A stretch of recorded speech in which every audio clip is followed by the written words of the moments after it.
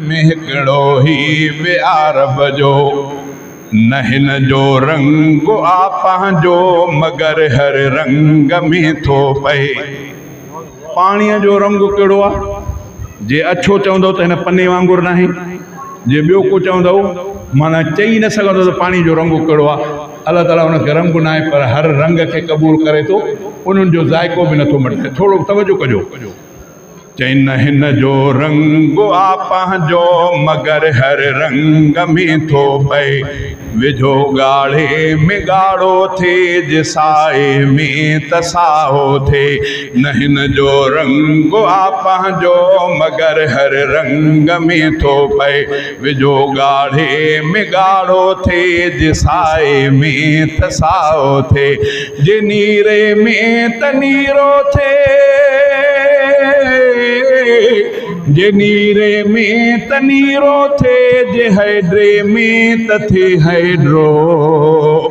अजब एहसान एहसाननि मां हिकिड़ो ही ॿे अरब जो ख़ुदा मख़लूक़ पंहिंजी अलाए पाणी अणमयो ख़लक़ियो। अजब एहसान एहसाननि में हिकिड़ो ही ॿे अरब जो।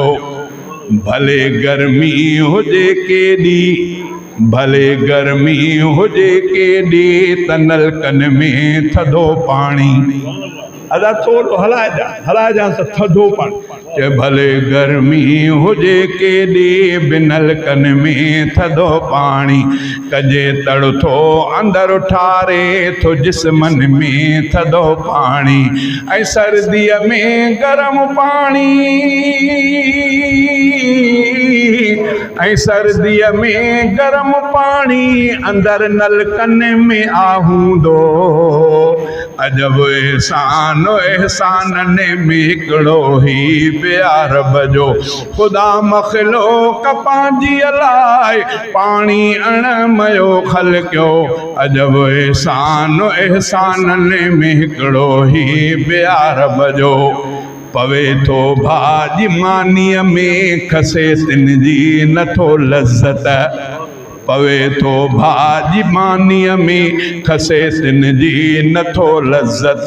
पवे शरबत या लीमे में, मटे तिन जी नथो लज़्ज़त।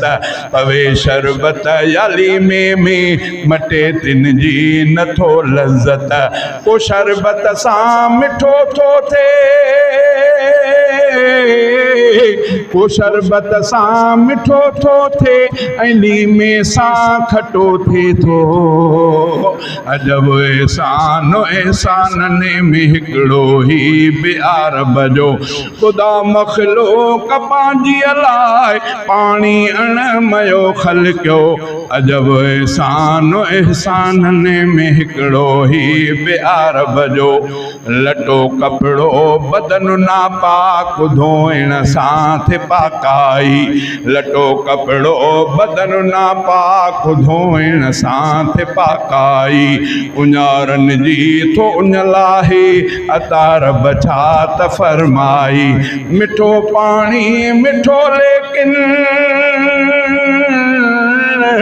मिठो पाणी मिठो लेकिन, फिके जो आ मज़ो को ॿियो। अजब एहसान एहसाननि में हिकिड़ो ही ॿे अरब जो। बननि में पोख सारियूं कणिक जूअर जाम पोखूं था। बननि में पोख सारियूं कणिक जूअर जाम पोखूं था। या मेवा अंब केला सूफ़ लीमा आम पोखूं था। पवे थो सभ में हिकु पाणी, पवे थो सभ में हिकु पाणी, त सभ जो ज़ाइक़ो पंहिंजो। अजब एहसान एहसाननि में हिकिड़ो ही ॿे अरब जो ख़ुदा मख़लूक़ पंहिंजी अलाए पाणी अणमयो ख़लक़ियो। अजब एहसान एहसाननि में हिकिड़ो ही ॿे अरब जो। गरम या सर्द मेरो साफ़, कहिड़ो भी हुजे पाणी।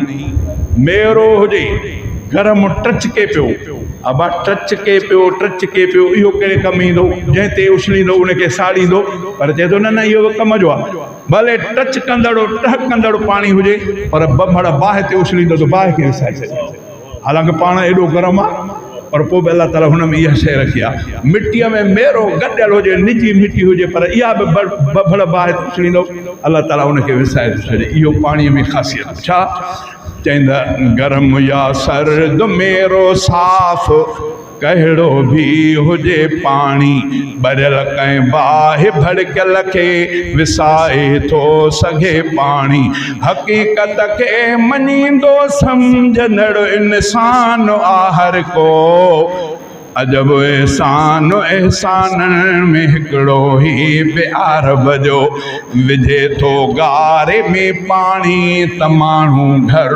बणाए थो विझे थो गारे में पाणी त माण्हू घर बणाए थो चखण सां ज़ाइक़ो पाणी रफ़ीक अहमद ॿुधाए थो मिठो खारो या कौड़ो